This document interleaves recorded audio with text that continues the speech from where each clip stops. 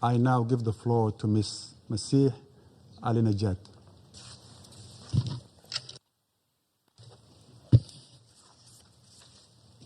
Hello, everyone.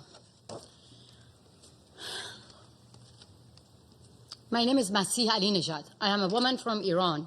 Mr. President, Excellency, members of the Council, I am honored to be invited by the United States to testify before United Nations Security Council.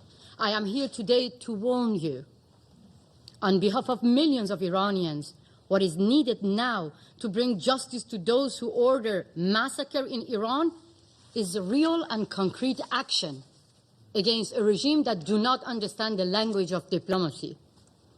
The United Nations has failed to respond with the urgency this moment demands. The Security Council himself, the Secretary General himself, has not spoken publicly against the massacre unfolding in Iran. Only a written statement through his spokesperson, silence at this moment, send a signal, send a message to the killers of young protesters alongside their family members.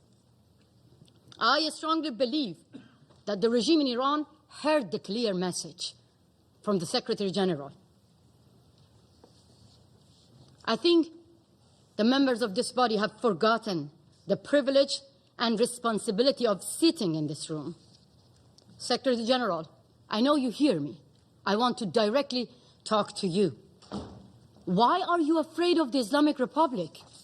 Millions of unarmed Iranians, innocent and unarmed protesters, have been silenced with bullets, mass arrest, prison, and a total communications blackout. No internet, no cell phones, and no landlines. They put Iran in a total darkness. I am here to bring their voices here in this room. I am here to tell you that a brutal slaughter has taken place in my beloved homeland, Iran, and it will get much worse if the world do not take serious action. Iran is facing a nationwide uprising that cuts across Iran, across the society, with a clear demand to end Islamic Republic. At the same time, a nationwide campaign by the Islamic Republic to erase it, to silence people.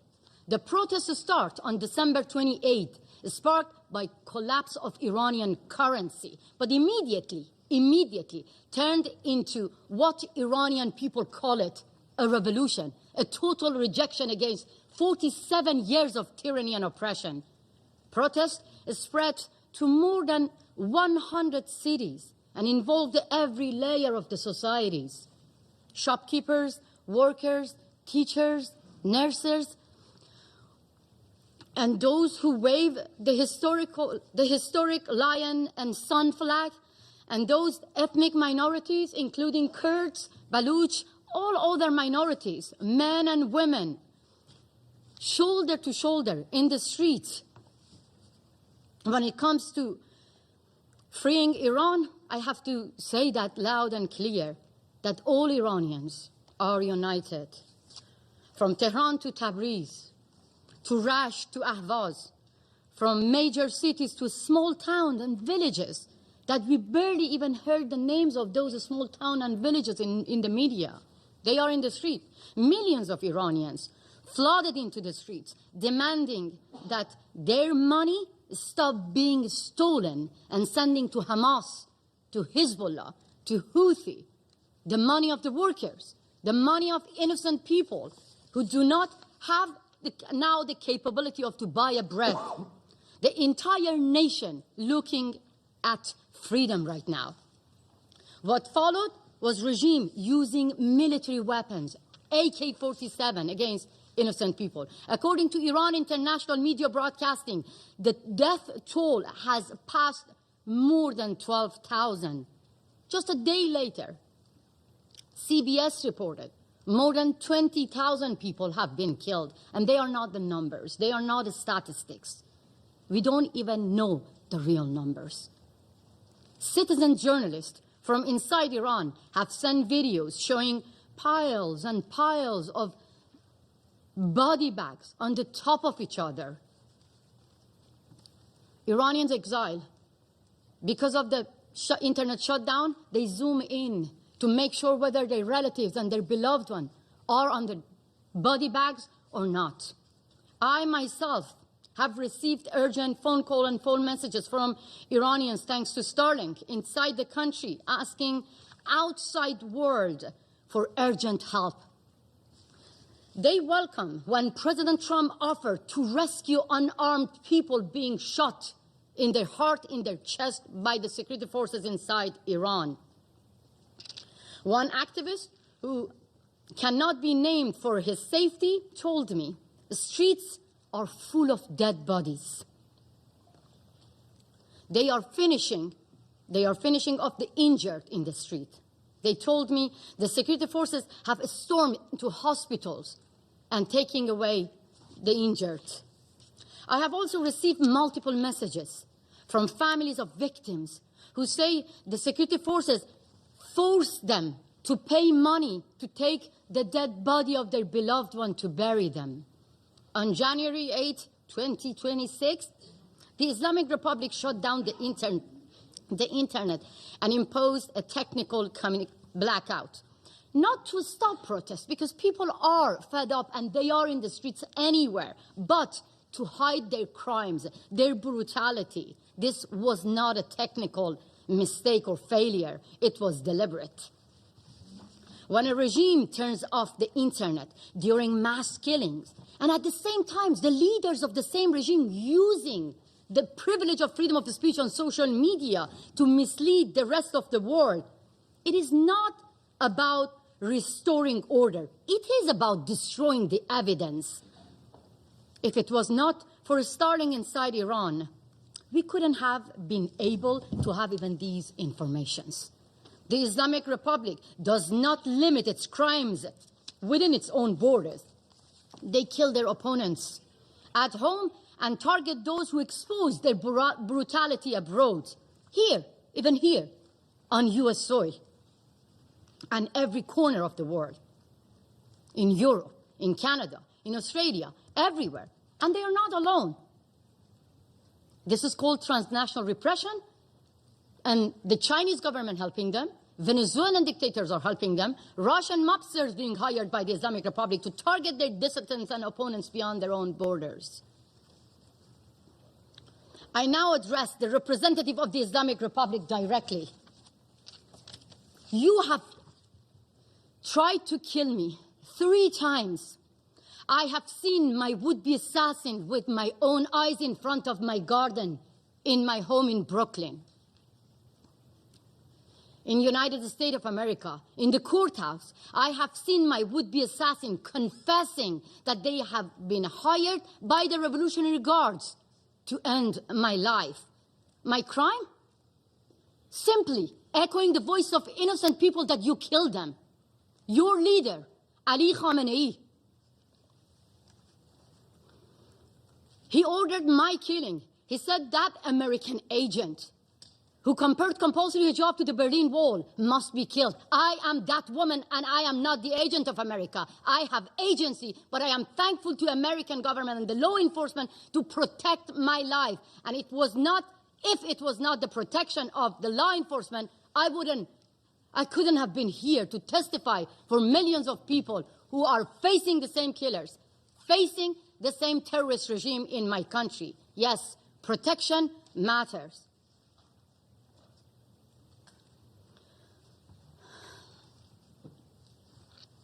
Unfortunately, I live with survivor's guilt because many Iranians do not have the same protection. The same IRGC with the same AK-47 killed them in front of the eyes of their family member. 2 would-be assassins received 25 years prison sentence here in New York, and I'm going to face 2 other killers being hired by the Islamic Republic in March, and they are the one who were assigned by the same IRGC member to assassinate President Trump. The Islamic Republic rules through fear.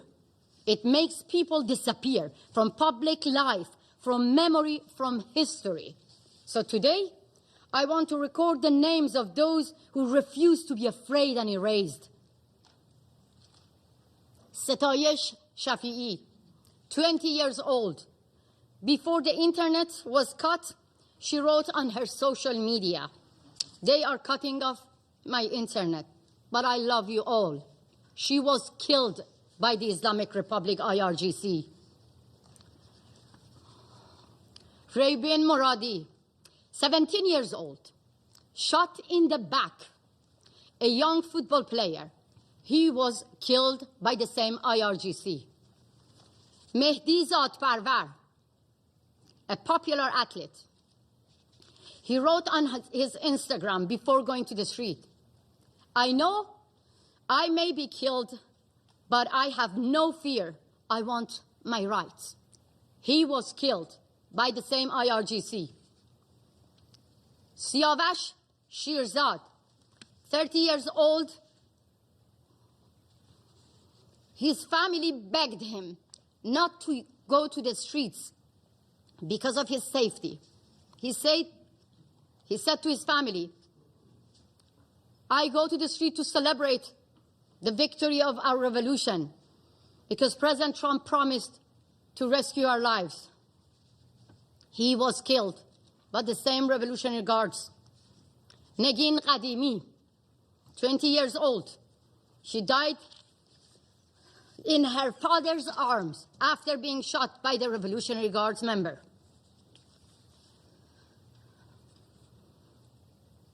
I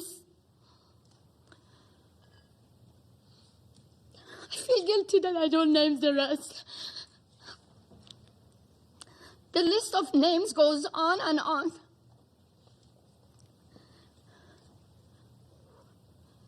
They knew they will face guns and bullets, but they wanted justice. So now let me name their killers. Ali Khamenei, who declared protesters would be put in their place.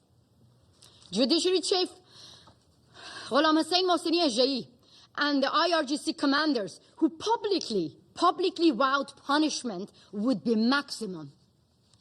Ali Larijani, who promised no mercy for those who questioned the regime, while his own daughter, his own family live here in the United States of America. They don't deserve to enjoy the privilege of freedom in America. Like the other children and relatives of the Ayatollah saying death to America, their relative live here in America. 3 years ago, another Iranian human rights defender stood here in this room to warn you about another nationwide protest, Women, Life, Freedom, after the murder of Mahsa Jina Amini for the crime of simply showing a bit of her hair. How many women are sitting here? You could easily get killed simply for showing your hair. Mahsa got killed. That sparked a revolution. And women and men shoulder to shoulder took to the street. More than 700 people got killed. We have seen this before. We have more names to remember. In 2009, Neda Agha Sultan, symbol of more than 100 people who got killed. They named President Obama to protect them. President Obama was looking to open the doors of diplomacy to a regime whose language of negotiating with its own people is guns and bullets. We've seen this in 2019 with Pouya Bakhtiari, who was killed in front of the eyes of his mother, Nahid Shirpishe. At the same time, President Biden was trying to keep the doors of diplomacy open, handing out billions of dollars to the regime that forced the family members to give money to the regime to take the dead body of their beloved one back. Faced with the regime using military weapons against civilians, the Iranian people are asking the world to help through actions, not back-to-back meetings and empty condemnation. We don't need empty words. People of Iran are asking the Islamic Republic, are telling you the Islamic Republic no longer can be reformed, and asking you that the Islamic Republic no longer be treated as a legitimate government. Today, the number of those killed is much higher than I told you. This regime, again and again, cannot be reformed. Let me be very clear. The Islamic Republic behave like ISIS, and the Islamic Republic must be treated like ISIS. This is how you can save lives. Thank you so much.